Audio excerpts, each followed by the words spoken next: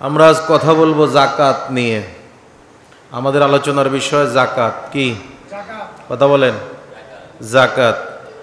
যাকাত শব্দের অর্থ পবিত্র হওয়া, যাকাত শব্দের অর্থ বৃদ্ধি পাওয়া।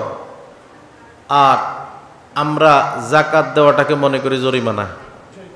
কি আমরা যাকাত দেওয়াকে কি মনে করি? জরিমানা। যেখানে যাকাত দেওয়া ফরজ, সেখানে আমরা যাকাতের সময় আসলে এটাকে নফলও মনে করি না। এরকম মুসল্লি আছে না নাই? কথা বলেন। আছে। আল্লাহ রাব্বুল আলামিন যাকাত দেওয়ার বিধান দিলেন, কেন দিলেন, কারণ কি, এগুলোর মনে হয় ব্যাখ্যা নাই। আছে কি না? আছে। আমরা তার দিকে একটু পরে আসতেছি। যাকাত না দিলে কি শাস্তি, আগে সেটা নিয়ে একটু কথা বলি। সূরা তাওবা 34 নম্বর আয়াতের মাঝামাঝি অংশ থেকে 35 নম্বর আয়াত পর্যন্ত। সূরা তাওবা 34 নম্বর আয়াতের মাঝামাঝি থেকে 35 নম্বর আয়াত পর্যন্ত আল্লাহ রাব্বুল আলামিন বলেন, ওয়াল্লাযীনা ইয়াকনিজুনা আয-যাহবা ওয়াল ফিদ্দা, আর যারা স্বর্ণ এবং রৌপ্যকে গচ্ছিত করে রাখে, জমা করে রাখে, ওয়ালা ইউনফিকুনাহা ফি সাবিলিল্লাহ, আল্লাহর রাস্তায় দান করে না। কি বলছে কথা? যারা স্বর্ণরৌপ্য জমা করে রাখে, আল্লাহর রাস্তায় দান করে না, ফাবাশশিরহুম বিআযাবিন আলীম, আল্লাহ বললেন তাদেরকে সুসংবাদ দেন। কি দেন? দুঃসংবাদ বলে নাই, আল্লাহ বলছে ফাবাশশিরহুম, তাদের সুসংবাদ দেন, বিআযাবিন আলীম, চিরস্থায়ী জাহান্নামের। আল্লাহ বুঝাতে চাইলেন এটা তার জন্য গুড নিউজ, কিন্তু আসলেই কি গুড নিউজ? তা বোঝা গেল কি? আল্লাহ বুঝাতে চাইলেন যদি তুমি যাকাত দেওয়ার শাস্তি থেকে পরিত্রাণ পেতে চাও তাহলে যাকাত দাও। কোনটা ভালো? যাকাত দেওয়া ভালো না জাহান্নামে যাওয়া ভালো? ইবাদত করলেন সারাদিন, সব সময় করে আসছেন, করতেছেন, শরীয়তের 5টা ভিত্তির একটা যাকাত দেয়া। সূরা বাকারা আয়াত নাম্বার 43, ওয়া আকিমুস সালাতা ওয়া আতুজ যাকাতা ওয়ারকাউ মা'আর রাকিঈন, যেই বান্দা মনে করবে নামাজ ফরজ, যেই বান্দা মনে করবে নামাজ আদায় করা ফরজ, যেই বান্দা মনে করবে নামাজ প্রতিষ্ঠা করা ফরজ, ওই বান্দার জন্য যাকাত দেয়া, যাকাত প্রতিষ্ঠা করা, সেটাও ফরজ। তাহলে বোঝা গেল যাকাত বছরে যদি আমরা একাধবার দেই সেটা আমাদের উপরও ফরজ, না দিলে বিপদ আছে না নাই? আল্লাহ বললেন ফাবাশশিরহুম বিআযাবিন আলীম, তাদের জন্য জাহান্নামের সুসংবাদ দাও। কেন? কেনর উত্তর পরের আয়াত 35 নম্বর আয়াত সূরা তাওবা। আল্লাহ বলেন ইয়াউমা ইউহমা আলাইহা, এই স্বর্ণরৌপ্য যেই মালামাল আমার আপনার জমা ছিল কিন্তু যাকাত দেই নাই, এটাকে কিয়ামতের দিন হাসরের ময়দানে গরম করা হবে, উত্তপ্ত করা হবে। ইয়াউমা ইউহমা আলাইহা ফি নারি জাহান্নামা, জাহান্নামের আগুন দিয়ে এগুলাকে গরম করা হবে, গরম করে তরল পদার্থে পরিণত করা হবে। সীসা যেরকম, লোহা যেরকম গরম করে তরল পদার্থ তৈরি করে নতুন আরেকটা জিনিস বানায় নাকি? আল্লাহ বলতেছেন জাহান্নামের আগুন দিয়া সেদিন স্বর্ণরৌপ্য যেহেতু এগুলা ধাতব পদার্থ, এগুলোকে আগুন দ্বারা গরম করা হবে। ফিনারি জাহান্নামা ফাতুকুয়া বিহা জিবাহুহুম, এবার ফাতুকুয়া বিহা, এই গরমগুলো ঢালা হবে জিবাহুহুম, মুখমণ্ডলে। কোথায়? জাহান্নামে এগুলো দিয়ে ঢালা হবে মুখমণ্ডলে। ওয়া জুনুবুহুম, দুই পাঁজরে। কোন জায়গায়? দুই পাঁজরে। ওয়া জুহুরুহুম, পিঠে। কথা বললো কয়টা? জাহান্নামের আগুন দিয়ে এগুলোকে গরম করে ঢালা হবে। 1 নাম্বার মুখ, 2 নাম্বার দুই পাঁজর, 3 নাম্বার পিঠ। কয়টা হইলো? 3টা। আল্লাহ রাব্বুল আলামিন বলেন হাযা মা কানাজতুম লিআনফুসিকুম, ফেরেশতারা তখন বলতে থাকবে, এগুলো ঢালবে আর বলবে হাযা মা কানাজতুম লিআনফুসিকুম, এগুলো তোমার সেই সম্পদ, তোমার সেই গচ্ছিত সম্পদ, তোমার সেই জমাকৃত সম্পদ। ফাজুকু মা কুনতুম তাকনিজুন, সুতরাং আজকে তুমি সেগুলোর স্বাদ গ্রহণ করো। যেগুলো নিজের প্রয়োজনের জন্য রাখছো, আজকের সেই প্রয়োজন মিটাও, সেগুলোর স্বাদ। আমার কথা বিশ্বাস না হলে পবিত্র কোরআনের সূরা তাওবা 34-35 নম্বর আয়াত একটু দেখবেন অর্থসহ, তাইলে বুঝতে পারবেন কথার মিল আছে না নাই। এই যে এই আয়াতের তাফসিরের মধ্যে, তাফসিরে জাকারিয়ার মধ্যে মুফাসসির সহিহ বুখারীর 1403 নম্বর হাদিস নিয়ে আসছেন। যে আয়াতে বলা হইল যে মুখে, পাঁজরে এবং কোথায় ঢালা হবে? কথা কয় না, পিঠে। মনোযোগ দিতে হবে। এই যে ঢালা হলো 3 জায়গায়, মুফাসসির একটা হাদিস নিয়ে আসছেন সহিহ বুখারীর 1403 নম্বর হাদিস, বলেন আল্লাহ রাব্বুল আলামিন আমার আপনার যাকাতের সম্পদকে একটা সাপে পরিণত করবেন। সাপটার নাম হবে সুজাআন আকরাআন। এই সাপটি আমার আপনার গলায় পেঁচিয়ে দেওয়া হবে। কোন জায়গায়? গলায়। এই সাপটার 2টা চোয়ালে হলুদ ডোরা কাটা দাগ থাকবে, 2 চোয়ালে 2 দিকে। গলায় যখন মালার মতো ঝুলিয়ে দেওয়া হবে, এই সাপটা তখন দংশন করতে থাকবে, কামড় দিতে থাকবে, আঘাত করতে থাকবে এবং বলতে থাকবে আনা মালুকা আনা কানজুকা, আমি তোমার সেই মাল, আমি তোমার সেই গচ্ছিত সম্পদ। বলি নাউজুবিল্লাহ। রক্ষা কিন্তু নাই, শাস্তি আরো অনেক আছে। জুমার আলোচনা এর জন্য শর্টকাট। এবার দেখেন যাকাত না দিলে এটার শাস্তি আরো আছে। আল্লাহ রাসূল বলছেন হাদিসে, যে এলাকায় বৃষ্টি বন্ধ হয়ে যায় বোঝা যায় ওই এলাকার মানুষ ঠিকমতো যাকাত দেয় না। কি করে না? যাকাত। কোনো বান্দার কোনো ব্যবসা প্রতিষ্ঠান আগুন লেগে পুড়ে যায় কিংবা পানিতে ডুবে যায়, যাই হোক না কেন, আপনার যে কোনো ক্ষতি সাধন যদি হয় উল্লেখযোগ্য, বুঝতে হবে আপনি যাকাত ঠিকমতো দেন নাই। এটা হাদিসের কথা, আমার কথা না। এটা কি? যাকাত ঠিকমতো দেন নাই। এবার আসেন কথায়। এই যে আল্লাহ রাব্বুল আলামিন যাকাত দেওয়ার বিধান করলেন, যাকাত দেওয়ার উদ্দেশ্য কি সেটা নিয়ে একটু কথা বলি।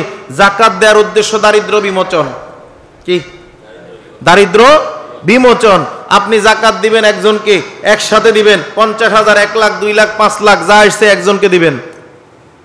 উদ্দেশ্য এই লোকটাকে দিয়ে প্রতিষ্ঠিত করবেন, অর্থাৎ তার একটা ব্যবসা ধরাইয়া দিবেন অথবা একটা গাড়ি কিনে দিবেন, সে যেন ওইটা চালাইতে পারে।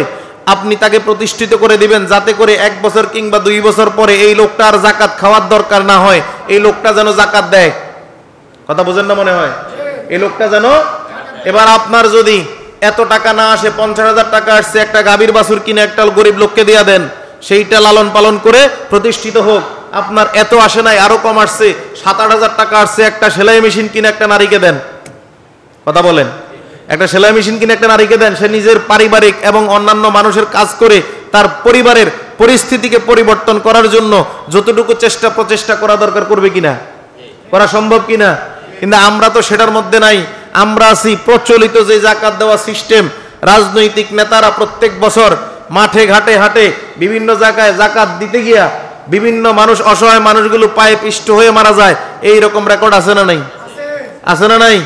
একটা কাপড় দিল বা 200-500 টাকা দিল। আসলে যাকাত তো এই সিস্টেমে দেওয়ার কথা না। এখানে আপনি যাকাত দেওয়ার জন্য আল্লাহকে রাজি খুশি করার উদ্দেশ্যে যাকাত দেন নাই। আপনার যাকাত দেওয়ার পেছনে কারণ হচ্ছে, উদ্দেশ্য হচ্ছে জনগণের ভোট পাওয়া। কি? আপনি দাতা, এটা প্রচার করা। সুতরাং দুনিয়ার জমিনে কোনো ব্যক্তি যদি যাকাত এইভাবে দেয়, তার যাকাত আদায় হবে না। 1 নাম্বার। 2 নাম্বার, যাকাতের উদ্দেশ্য বাস্তবায়ন হবে না। যাকাত যে জন্য ইসলাম প্রতিষ্ঠিত করছে, ব্যবস্থা করছে, সেটা কখনো বাস্তবায়ন হবে না। তাহলে আপনি এই যাকাত দিয়ে কি করবেন? এবার আসেন, আপনার যাকাত আসছে 5 লাখ, আপনি দিলেন 3 লাখ, 2 লাখ দিলেন না, জানে কে? কথা বলেন, জানে কে? এখন দেখেন, এই যে যাকাত দেন না, এটা কি আপনার মালিকানা না, এটা গরিব দুঃখীর মালিকানা? সম্পদটা কার? কথা কন না, সম্পদ কার? এই জন্য গরিব দুঃখী আপনার বাড়িতে এসে যাকাত নিবে। ইসলামী শরীয়ত এটা বলে না। ইসলামী শরীয়ত বলে যেহেতু সম্পদের মালিক সে, আপনি তার বাড়িতে নিজে যায় পৌঁছাইয়া দিবেন। ইসলাম কি বলে? আপনি নিজে যায় তাকে পৌঁছাইয়া দিবেন। এটা হলো আপনার দায়িত্ব। তাহলে সে 80 নিব, এটা দায়িত্ব না। দায়িত্ব কোনটা? আপনি যায় পৌঁছাইয়া দিবেন। এবার আসেন, কালকে তাফসিরে বলছিলাম যে বিভিন্ন নেতা কর্মীদেরকে দলীয়ভাবে কিছু পাঞ্জাবি দেয়া হয় রমজানের ঈদে নেতা কর্মীদেরকে বিভিন্ন দল থেকে। এটা যদি নেতার পকেটের টাকায় হয়, ব্যক্তিগত টাকায় হয়, ঠিক আছে, হালাল টাকায় হয়, ঠিক আছে। যদি নেতা মনে করে যাকাতের টাকা দিয়ে নেতা কর্মীদেরকে পাঞ্জাবি দিছি, তাইলে ওই পাঞ্জাবি পরা নেতা কর্মীর জন্য হারাম। কারণ কি? ওই নেতা কর্মীর মধ্যে সিংহভাগ যাকাত খাওয়ার উপযুক্ত নয়। কি? যাকাত খাওয়ার উপযুক্ত নয়। তাহলে বোঝা গেল, যেই কর্মী, যেই নেতা যাকাত খাওয়ার উপযুক্ত নয়, যাকাতের পোশাক তার জন্য পরাও অবৈধ, হারাম। কথা বুঝেন না মনে হয়? এখন দেখেন, যাকাত যে আপনি দিবেন, যাকাত দিবেন দারিদ্র বিমোচনের জন্য। কোন জায়গায় দিবেন, কোন জায়গায় দিবেন না, কাকে দিবেন, কাকে দিবেন না, ইসলাম মনে হয় এটা বলে নাই। বলছে কিনা? ইসলাম এটা বলছে। দেখেন সূরা আত-তাওবা আয়াত নাম্বার 60, যাকাতের জন্য 8টা খাত আল্লাহ রাব্বুল আলামিন নির্ধারণ করে দিয়েছেন। কয়টা? 8টা। এই 8টা খাতের বাইরে আপনি যাকাত দেওয়ার কোনো সুযোগ, যদি মনে মনে চিন্তা করেন আমি তো দিছি আদায় হয়ে গেছে, হবে না। আল্লাহ নির্দিষ্টভাবে স্পষ্টভাবে ঘোষণা দিয়েছেন, ইন্নামাস সাদাকাতু লিল ফুকারা, 1 নাম্বার যাকাত পাবে ফকির। কে? কথা বুঝেন না মনে হয়, কে? ফকির। এবার ফকির কাকে বলে? তাফসির ইবনে কাসিরের মধ্যে পাওয়া যায়, মিসকিনের ব্যাখ্যায় পাওয়া যায়। ফকির সেই ব্যক্তি যেই ব্যক্তি মানুষের দ্বারে দ্বারে ঘুরে বিভিন্ন জিনিস পাওয়ার আশায় ঘোরাফেরা করে, হয় সে নিজে ভিক্ষা করে কিংবা নিজে চায়, অথবা তাকে মানুষ দেখলেই বুঝে এই লোক ভিক্ষুক, তাকে বিভিন্ন মানুষ ডেকে কিছু দেয়। হয় সে চায়, নাইলে তাকে ডেকে কিছু দেয়। কারণ কি? তার তো পরিচিতি আছে, সে কি করে? ভিক্ষা। অর্থাৎ এই লোকটা ফকির। এই লোকটা কি? তাইলে ফকিরকে যাকাত দেওয়া যাবে। কথা কন, ফকিরকে যাকাত দেওয়া যাবে। এখন আপনি মানুষকে প্রতিষ্ঠিত করতে যায়, এই ফকিরকে যদি আপনি 3 লাখ টাকা দিয়ে দেন, একটা ভিসা কিনা তারে বিদেশ পাঠাই দেন, লোকটা প্রতিষ্ঠিত হবে কিনা? কথা কন না, হবে কিনা? হবে। কিন্তু আমরা তো সেটা করব না। আমরা চাই সমাজের গরিব যারা আছে এরা আজীবন গরিব থাক, আর আমরা যাকাত দেই না, আজীবন যাকাত দেই। তাইলে ইসলাম যে কাজে যাকাতের প্রয়োগ, প্রচার, প্রসার, সেই ক্ষেত্রে আমার আপনার কোনো ভূমিকা থাকবে না। তাহলে আমরা আল্লাহর কাছে জবাব দেওয়া লাগবে কিনা? কথা বলেন, লাগবে কিনা? আল্লাহ রাব্বুল আলামিন বললেন 1 নাম্বার যাকাত দিবেন ফকিরকে। কাকে? হোক সে নারী কিংবা পুরুষ, নাকি? এরপরে বলছে ওয়াল মাসাকিন, মিসকিন। এবার আসেন মিসকিনকে তাফসির ইবনে কাসিরের মধ্যে পাওয়া যায়, মিসকিন হচ্ছে ওই ব্যক্তি। কোন ব্যক্তি? মিসকিন যার অভাব আছে। খেয়াল করেন, যার অভাব আছে, দুঃখ আছে, কষ্ট আছে, তার যা ইনকাম হয়তো বা তার নাই, এই একটা ক্যাটাগরি থাকতে পারে। আরেকটা হচ্ছে যা ইনকাম, এই ইনকাম দিয়ে পরিবারে যত সদস্য আছে সকলের চাহিদা মেটানো সম্ভব না। কয়টা ক্যাটাগরি হইল? 2টা। একটা হইল অভাব আছে, আরেকটা হইল ইনকাম নাই কিন্তু অভাব আছে। আরেকটা হচ্ছে ইনকাম, যে যা ইনকাম আছে এর দ্বারা পরিবারের চাহিদা মেটানো সম্ভব না। ওই ব্যক্তি মিসকিন, কারণ সে কারো কাছে হাত পাতে না, বরঞ্চ আপনার দায়িত্ব খুঁজে খুঁজে বের করে ওই ব্যক্তির বাড়িতে আপনি যাকাত পৌঁছাই দেওয়া। সেই ব্যক্তি কিন্তু কারো কাছে হাত পাতে না। তাহলে বোঝা গেল ফকির আর মিসকিনের মধ্যে ডিফারেন্স কি? একজন হাত পাতে, আরেকজন হাত, একজন ভিক্ষা করে, আরেকজন ভিক্ষা, একজন মানুষের কাছে চায়, আরেকজন চায় না। এখন যেই ব্যক্তি চায় না, এই ব্যক্তিকে কেমন? আপনার বাড়িতে, আপনার ঘরে, আপনার প্রতিবেশী, আপনার আত্মীয়, আপনি নিজেই ভালো জানেন কোন ব্যক্তির ইনকাম অনুযায়ী খরচ বেশি, তার সংসারে কি নাই। এখন বলতে পারেন হুজুর এই হিসাব করতে গেলে তো আমগো বেকেরে এখন ইনকামের চেয়ে খরচ বেশি, নাকি? কিন্তু সবার ইনকামের চেয়ে খরচ বেশি হইল, আমরা তো অসহায় না, সুতরাং অসহায় যে ব্যক্তি সে পাবে। মনে থাকবো তো? যাকাত সম্পর্কে বিস্তারিত আলোচনা জুমার পরে তাফসির 1 ঘন্টা হবে। এখন শুধু খালি ব্রেকিং নিউজগুলো দিতে আসি, হেডলাইন। এখন যদি কারো এর চেয়ে বেশি জানার থাকে তাফসিরে জানবেন জুমার পরে। মনে থাকবো তো? কথা বুঝেননি? 1 ঘন্টা আজকে শুধু যাকাত নিয়ে তাফসির হবে। এবার কথা শুনেন, ইন্নামাস সাদাকাতু লিল ফুকারাই ওয়াল মাসাকিনি। এরপরে বলছি কি ওয়াল আমিলিনা আলাইহা, যাকাত আদায়ের কর্মচারী। যে ব্যক্তি যাকাত আদায় করবে সে ব্যক্তি সেই অংশ থেকে খেতে পারবে। এখন দেখেন বাংলাদেশে ট্যাক্স আদায়ের কর্মচারী আছে, আসেনি? ইনকাম ট্যাক্স আদায়ের কর্মচারী আছে না সরকারিভাবে? যাকাত আদায়ের কোনো রাষ্ট্রীয় কর্মচারী নাই। কারণ কি? কারণ হচ্ছে ইসলামী রাষ্ট্র ব্যবস্থা কায়েম নাই। কি নাই? যদিও ইসলামী রাষ্ট্র ব্যবস্থা কায়েম নাই, দেখবেন বিভিন্ন সংগঠন যাকাত ফান্ড তৈরি করছে, আছে না? আপনি সেই সংগঠনে দেওয়া আগে দরকার না আপনার রিলেটিভদের মধ্যে, আপনার কাছের মানুষদের মধ্যে সমস্যা বেশি তাদের দেওয়া দরকার? কার কথা কয় না? আপনার প্রতিবেশী, আপনার আত্মীয় যারা, তাদের আগে দেওয়া দরকার। সংগঠন হইলো পরে। মানে কোন সংগঠন? বিভিন্ন সংগঠন বাইরে এসে দেখবেন এই ব্যাংকে একটা অ্যাকাউন্ট করে দিছে, আমাদের এই একটা সংগঠন জনগণের উপকারের জন্য আমরা বানাইছি, জাফারেন যাকাত দেন। এরকম কিছু সংগঠন আছে। এটা কিন্তু ইসলাম কায়েম করার সংগঠন না, এর হইলো এমনি সংগঠন মানব কল্যাণের জন্য। তা আপনি আগে নিজেরটা শেষ করার পরে না সেখানে, কথা কয় না? আমরা তো নিজেরটাই শেষ করি না, আগে ওখানে দেবো কতক্ষণে। এখন দেখেন, তাহলে বোঝা গেল ওয়াল আমিলিনা আলাইহা, যাকাত আদায়ের কর্মচারী কারা? যারা যাকাত আদায় করে। কার থেকে? রাষ্ট্রীয় নির্দেশে মানুষ থেকে, পাবলিক থেকে যাকাত আদায় করে, ওই লোকের বেতন এই যাকাত থেকে দিতে পারবে। কি দিব? বেতন, সরাসরি জাকাত না, কি দিব? বেতন। এরপরে আসেন কথা ওয়াল আমিলিনা আলাইহা, এরপরে বলছে ওয়াল মুআল্লাফাতি কুলুবুহুম, চিত্ত আকর্ষণের জন্য, মন আকর্ষণের জন্য অমুসলিমদেরকে জাকাত দিব। কাদেরকে? কথা কন না। মন আকর্ষণ করার জন্য কার নির্দেশ? এই জায়গার মধ্যে এসে এই আয়াতের ব্যাখ্যায় তাফসির ইবনে কাসিরের মধ্যে আসছে, মুসলিম এবং তিরমিজিতে হাদিসটা আছে কি, হযরত সাফওয়ান ইবনে উমাইয়া তিনি কাফির ছিলেন। কি ছিলেন? হুনাইনের যুদ্ধে আল্লাহ রাসূলের সাথে তিনি রাসূলকে মহব্বত করতেন, যদিও কাফির ছিলেন। আল্লাহ রাসূলের সাথে হুনাইনের যুদ্ধে তিনি যান। যুদ্ধে মুসলমানরা বিজয় লাভ করার পরে আল্লাহ রাসূল সেখান থেকে কিছু অর্থ পান। কি পায়? অর্থ সম্পদ এগুলো পায়। পাওয়ার পরে আল্লাহ রাসূল যখন ভাগ করেন সাহাবায়ে কেরামদের মধ্যে, তখন এক ভাগ সাফওয়ান ইবনে উমাইয়া তার জন্য এক ভাগ রাখে। কয় ভাগ? কথা বলেন। এক ভাগ। তো তিনি তো মুশরিক, তিনি কি? তিনি তো এখন ঈমান গ্রহণ করেন নাই, কিন্তু আল্লাহ রাসূলের সাথে যুদ্ধে গেছেন, এজন্য আল্লাহ রাসূল তাকে এক ভাগ দিলেন। তার বক্তব্য, তিনি বলেন আমি এর আগে আল্লাহ রাসূলকে যাই ভালোবাসতাম আর না বাসতাম, রাসূল যে ইনসাফ করছে, ন্যায়ভিত্তিক বন্টন করছে, এর জন্য আমি তারপর থেকে আল্লাহ রাসূলকে অনেক অনেক বেশি ভালোবাসা শুরু করলাম। ইসলামের প্রতি আমার আকর্ষণ বেড়ে গেছে। এখন দেখেন তাইলে এটা কি কিসের কাজ করছে? একজনকে উৎসাহ দেওয়ার কাজ করছে কিনা? করছে কিনা? এরপরে আসেন কথায় ওয়াল আমিলিনা আলাইহা ওয়া ফির রিকাব, গোলাম আজাদ করার জন্য দিবেন। এখন যদিও এই প্রথা আমাদের দেশে নাই, তেমন একটা আসেনি, নাই। এরপর বলছে ওয়াল গারিমিনা, ঋণগ্রস্ত ব্যক্তি, যে ব্যক্তি ব্যবসা মাইর খাইছে, ব্যবসা লোকসান হইছে, বিদেশ যায় মাইর খাইছে, কিংবা অন্য কোনো কারণবশত এই লোকটার এত বিশাল একটা বিপর্যয় গেছে, ব্যবসা বাণিজ্য আগুনে পড়ে গেছে কিংবা পানিতে ডুবে গেছে, যাই কিছু হোক না কেন একটা ধ্বংসযজ্ঞের মধ্যে তার অতীত, যার জন্য সে ঋণগ্রস্ত। সে কি? ঋণগ্রস্ত। এই ঋণগ্রস্ত ব্যক্তিকে ঋণ থেকে উদ্ধার হওয়ার জন্য যাকাত দিবেন। এখন বলতে পারেন লোকটা যদিও ঋণগ্রস্ত, তার চাকরি আছে কিংবা ব্যবসা আছে, ঠিক আছে, কোন রকম চলতেছে, এই টাকা দিয়ে ফ্যামিলি মেম্বারকে চালায়া তার ঋণ পরিশোধ করা সম্ভব হবে না, কারণ ঋণের পরিমাণ অনেক বেশি।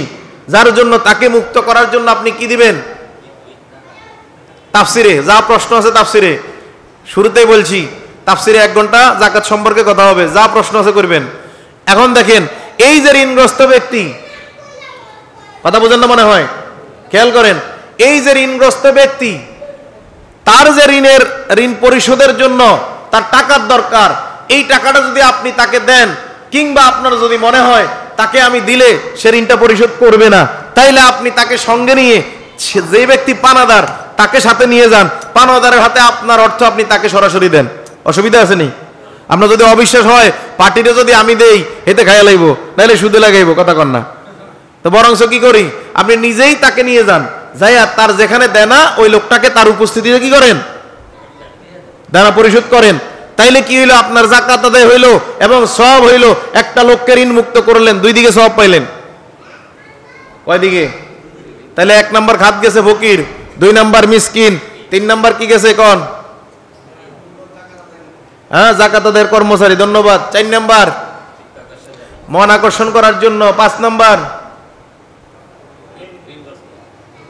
গোলাম আজাদ, 6 নাম্বার ঋণগ্রস্ত ব্যক্তি, 7 নাম্বার অফিসাবিলিল্লাহ, আল্লাহর রাস্তায়।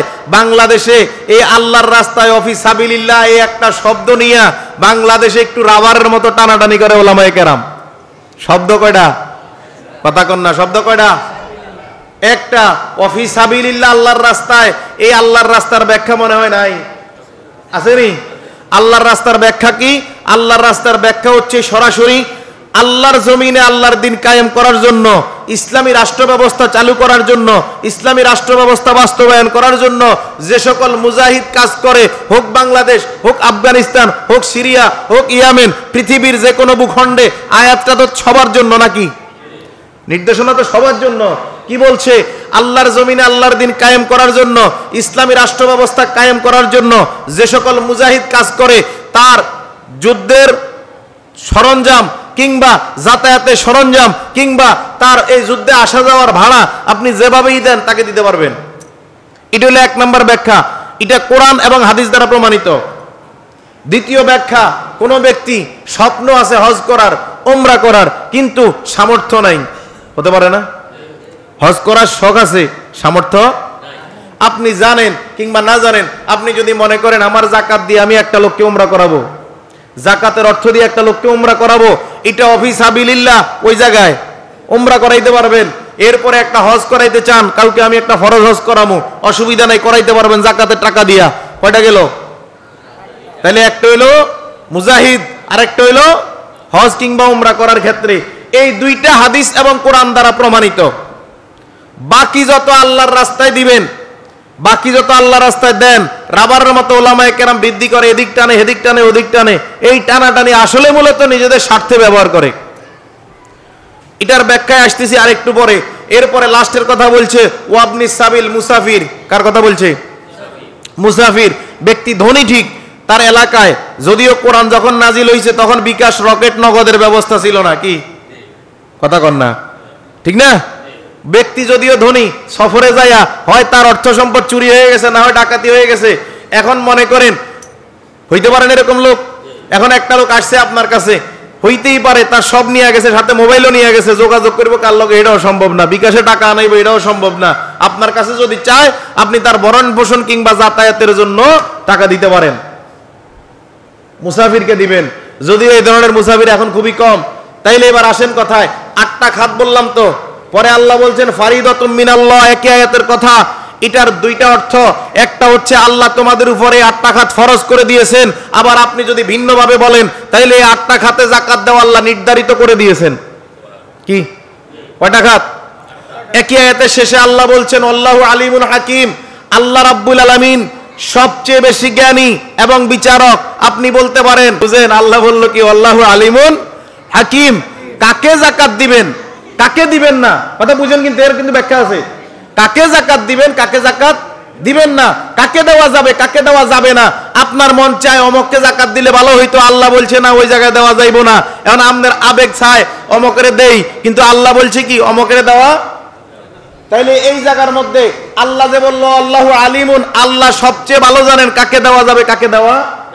আবার বলছে হাকিম, আল্লাহ সঠিক বিচারক, ন্যায় বিচারক, কার প্রাপ্য আর কার প্রাপ্য না। এতটুকু যদি আমরা বুঝি, এবার আসেন কথায়, ওই যে ফি সাবিলিল্লাহ, এই জায়গার মধ্যে ব্যাখ্যা দিছিলাম কয়টা? দুইটা, হজ উমরা কিংবা মুজাহিদ। এই কোরআন সুন্নাহ মোতাবেক দুইটা প্রমাণিত, আর কোন জায়গা প্রমাণিত না।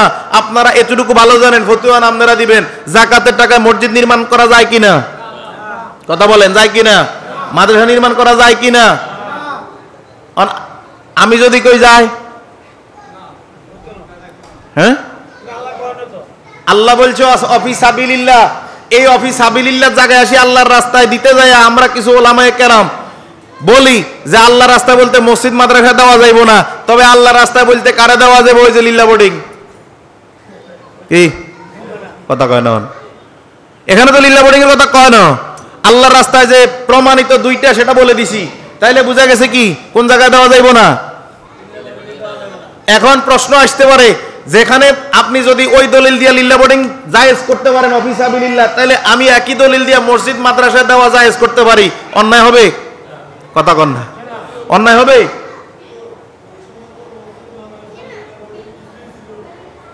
এই জন্য তো বলতেছি, আমরা তো অফি সাবিলিল্লাহকে এখন টানাটানি করে কোথায় নিয়ে যাই? ওই যে নিজেদের স্বার্থে, কথা কন না, নিজেদের স্বার্থে আল্লাহ নির্ধারণ করে দিছে না, আমাদের স্বার্থে ব্যবহার করার কোনো সুযোগ। যদি আপনি মনে করেন অফি সাবিলিল্লাহ দিয়া লিল্লা বোর্ডিং এ দিতে পারবেন, তাহলে আমি একই দলিল দিয়া বলে মসজিদ মাদ্রাসা দেওয়া যাবে, পারবেন? আমারটা বাদ দিতেন, কথা কন না, সুযোগ আছে? নাই। এবার আসেন কথায়, কেন দিবেন না? এর পেছনে কারণ আছে। আল্লাহ রাব্বুল আলামিন পবিত্র কোরআনে এতিমের হকের ব্যাপারে সচেতন। সব জায়গায় এতিমকে কিভাবে দিবেন, এতিমকে ঠকানো যাবে না, কঠোর হুঁশিয়ারি দিবেন। কিন্তু যাকাতের ক্ষেত্রে ইন্নামা সাদাকাতুল লিল ফুকারাই ওয়াল মাসাকিন, এখানে ওয়াল ইয়াতিম শব্দ ব্যবহার করেন নাই, করছেন? এতিমকে দিবেন এই কথা বলেন নাই। এখন এতিমকে কেমনে দিবেন? এতিমকে আপনি সরাসরি এতিমকে দেওয়ার সুযোগ নাই। তবে হ্যাঁ, যদি ওই 8টা শর্তের মধ্যে এতিম পড়ে যায়, হয় সে গরিব মানে ফকির অথবা মিসকিন, ওই শর্তের মধ্যে যদি পড়ে যায়, ওই শর্তের আঙ্গিকে তাকে দিতে পারবেন, সরাসরি কোনো এতিমকে দেওয়ার সুযোগ। কথা বুঝতে পারছি মনে হয়। এরপরে আসেন কথায়, এই যে তাদেরকে দিলেন, দিতে যায় কেন দিবেন না লিল্লাহ বোর্ডিং, এর অনেকগুলো যুক্তি, অনেকগুলো ব্যাখ্যা বিভিন্ন বছর দিছিনি। তার মধ্যে একটা হচ্ছে আপনার ইসলাম আসছে দারিদ্র বিমোচনের জন্য। আপনি যদি লিল্লাহ বোর্ডিং এ দেন, তারা যদি পাক শাক করে বাচ্চাদেরকে খাওয়ায়, তাহলে ডাইল ভাত খাইলো আজীবন, এই বাচ্চা আজীবন মানুষের কাছে জাকাতে খুঁজবো, এই প্রতিষ্ঠান আজীবন জাকাতে খুঁজবো, কিন্তু কি হইল না? দারিদ্র বিমোচন হইছে। এবার আসেন আর এক কথায়, এই যে আপনি মনে করেন লিল্লাহ বোর্ডিং এ দিলেন, জাকাত খাওয়ার লোক আছে, জাকাত খাওয়ার বাচ্চা আছে, না খাওয়ারও বাচ্চা আছে, জাকাত খাওয়ার শিক্ষক আছে, না খাওয়ারও শিক্ষক আসেনি। একই পাতিলে পাকায়া সবাইরে একবেলা খাওয়াইলেন, কার টাকারে খাওয়াইলেন? কথা কন না, কার টাকারে? যেহেতু আপনি প্রতিষ্ঠানের ডেভেলপমেন্ট করার সুযোগ নাই, উন্নয়ন উন্নতি করার সুযোগ নাই, তাহলে এটা খাওয়াইতে হইব। খাওয়াইতে যায় আলাদা খাওয়ার নাই, 5 জন আলাদা, ওই 25 জন আলাদা। তাইলে এত কাহিনী আমরা কেন করব? আমার তো ধরেন, আপনি একটা কথা বুঝেন, আপনার একটা অনুরোধ বুঝেন, ব্যাখ্যা আর একটু ক্লিয়ার করে দেই। আপনার একজন আত্মীয়, সে একটা লিল্লাহ বোর্ডিং এ পড়ে, অসহায়, সে কিন্তু একটা লিল্লাহ বোর্ডিং এ। এখন আপনার ডিউটি কি? আল্লাহ প্রতিবেশীর হক করছেন কিনা? কথা কয় না। মা আয়েশা বলছেন, রাসূলকে প্রশ্ন করছেন, আমার প্রতিবেশী 2 জন কাকে আগে দেব? আল্লাহ রাসূল বলছে যে তোমার দরজায় আগে, যে তোমার কাছাকাছি তাকে আগে দাও। এখন আপনার একজন আত্মীয়, ভাতিজা, বাগিনা, যাই হোক, সে লিল্লাহ বোর্ডিং এ পড়ে মনে করেন, কিন্তু সে তো আপনার আত্মীয়, আপনি জাকাতটা তার বাড়িতে দেন, তার ঘরে দেন, কেন লিল্লাহ বোর্ডিং এ দিবেন? আপনার দেওয়ার তো সুযোগ আছে, তাকেই দেন। কোথায় দিবেন? তার ফ্যামিলিতে দেন। কথা কয় না। আপনি তো তাকে দিতে পারতেছেন, কোথায় দিবেন? ফ্যামিলিতে, ওখানে দেওয়ার কোনো সুযোগ। এরপরে বিস্তারিত ব্যাখ্যা জানতে চাইলে তাফসীর পরে 1 ঘন্টা পরে। এবার আসেন কথায়, তাহলে 8টা খাতে জাকাত দেওয়ার জন্য আল্লাহ নির্দেশ দিয়েছেন, এর বাইরে জাকাত দেওয়ার কোনো সুযোগ। যদি আমি আপনি জাকাত দেই, আমার আপনার জাকাত আদায় হবে না। এখন বলতে পারেন, হুজুর তাইলে কেমন হইব? বাংলাদেশে তো বড় বড় প্রতিষ্ঠানগুলো চলে জাকাত ফিতরা দিয়া, এটা তাদের ব্যক্তিগত ব্যাপার, বাংলাদেশের হিসাব আমার লগে মিলতো না, কারণ আপনারা নিজেরাই কোন এক প্রতিষ্ঠান চলে একরকম, আমনে চালান আরেক রকম। কি কথা কয় না? সব চলে একরকম, আমনে চালান। এবার আসেন ফিতরা। আমার কাছে মোবাইলে 2টা তথ্য আছে। হাটহাজারী মাদ্রাসা 75 কত দিচ্ছে? এবার ঢাকা মোহাম্মদপুর 7 মসজিদ, এখানে যে মাদ্রাসাটা আছে জামে আরাবিয়া, তারা হচ্ছে সর্বনিম্ন ফিতরা 100। এবার আপনারা বলেন, আমার ফতুয়া না দিলাম না, ওনাদের ফতুয়া, 2টা বড় মাদ্রাসা, হাজার হাজার আলেমের ওস্তাদ, তারা সেই মুফতিরা এমন এমন আলেমের ওস্তাদ যাদের ছাত্র হওয়ার যোগ্যতাও আমাদের নাই। এখন প্রশ্ন হলো, 2 জনে এইরকম ফতুয়া দেওয়ার কারণ কি? কথা বুঝেন? আমার কাছে মোবাইলে তথ্য আছে, আমি একবারে স্ক্রিনশট দিয়ে রাখছি। তাহলে হ্যাঁ, আচ্ছা, এবার এই ইসলামী ফাউন্ডেশন দিছে কত? এবার বাংলাদেশের শীর্ষস্থানীয় 3টা প্রতিষ্ঠান, 3 রকম সিদ্ধান্ত দিল। এখন বলেন, সিদ্ধান্ত কি 3 জনের ঠিক, না কারো ঠিক কারো ব্যাঠিক? হ্যাঁ, 3 জনের ঠিক। আমি ফতোয়া দিলাম 3 জনেরটাই ভুল। বলে এটা কেমনে? এই দলিল দিতে আছি, 3 জনেরটাই কি ভুল। সেটা কি? আপনি দেখেন, সহিহ বুখারী 1506 নম্বর হাদিস, সহিহ বুখারী হাদিস নাম্বার কত? কেনা কত? 1500 আনা 1506। আনা আবি সাঈদ আল-খুদরি রাদিয়াল্লাহু তাআলা قال, হযরত আবু সাঈদ খুদরি বলেন, কি করেন? কুন্না নুখরিজু যাকাতাল ফিতর, আমরা যখন সদকায়ে ফিতর দিতাম, ফিতরা দিতাম, সাআন মিন তাআমিন, 1 সা খাদ্য, আও সাআন মিন শাইরিন, 1 সা জব, কত হইল? আও সাআন মিন তামারিন, 1 সা খেজুর, কত হইল? আও সাআন মিন কিত্তিন, 1 সা পনির, কত হইল? আও সাআন মিন জাবিবিন, 1 সা কিসমিস, কত হইছে? কথা বলেন, কত হইছে? হাদিস কি বলে? আমরা ফিতরা দিতাম খাদ্যদ্রব্য অথবা খেজুর অথবা কিসমিস অথবা পনির অথবা জব। কটা বলছে? কটা বলছে? আর হুজুররা ফতুয়া দিছে কি দেন? কথা কন। এখন ফতুয়া কোনটা রাইট? দলিল মোতাবেক কোনটা রাইট? কথা বলেন।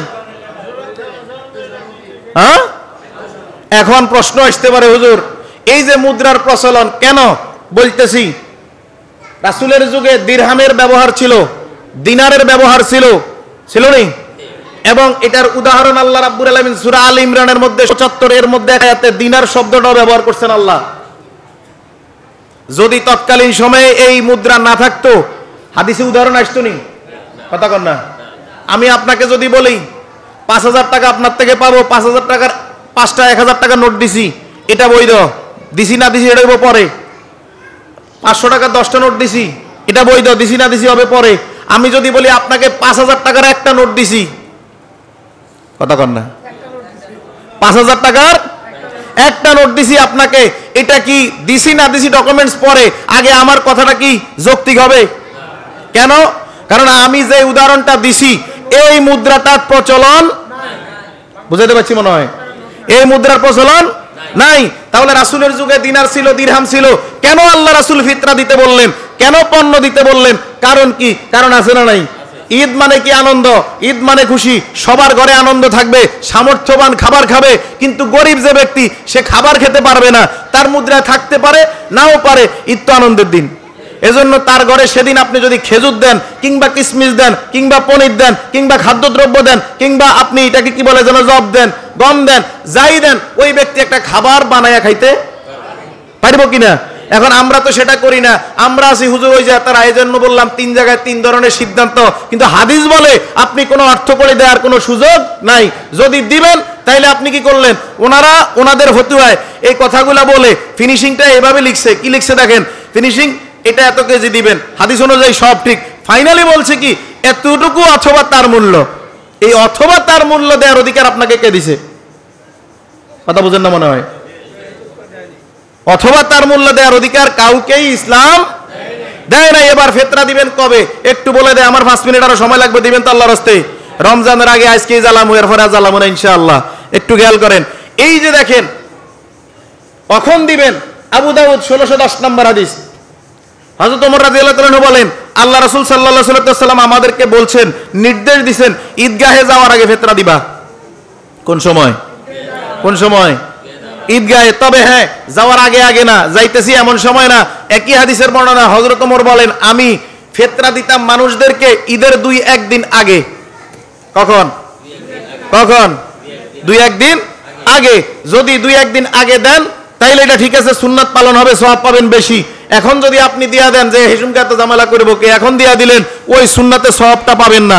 কথা বুঝাইতে পারলাম মনে হয়? আদায় হবে ফিতরা, কিন্তু সুন্নাতে সওয়াবটা।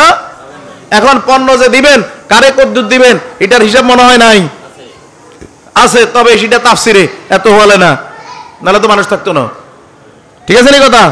এবার আসেন ইতিকাফ, ফিনিশিং দিয়ে দিতেছি। ইতিকাফ আল্লাহ রাসূল বলছে, বাইহাকির হাদিস, মান ইতাকাফা 10 ফি রমাদান কাহাজ্জাতাইন ওয়া উমরাতাইন, যেই ব্যক্তি রমজানের শেষ 10 দিন, যেই ব্যক্তি রমজানের শেষ 10 দিন ইতিকাফ করবে, তার আমলনামায়, তার কি আমলনামায় 2টা হজ 2টা উমরা সওয়াব।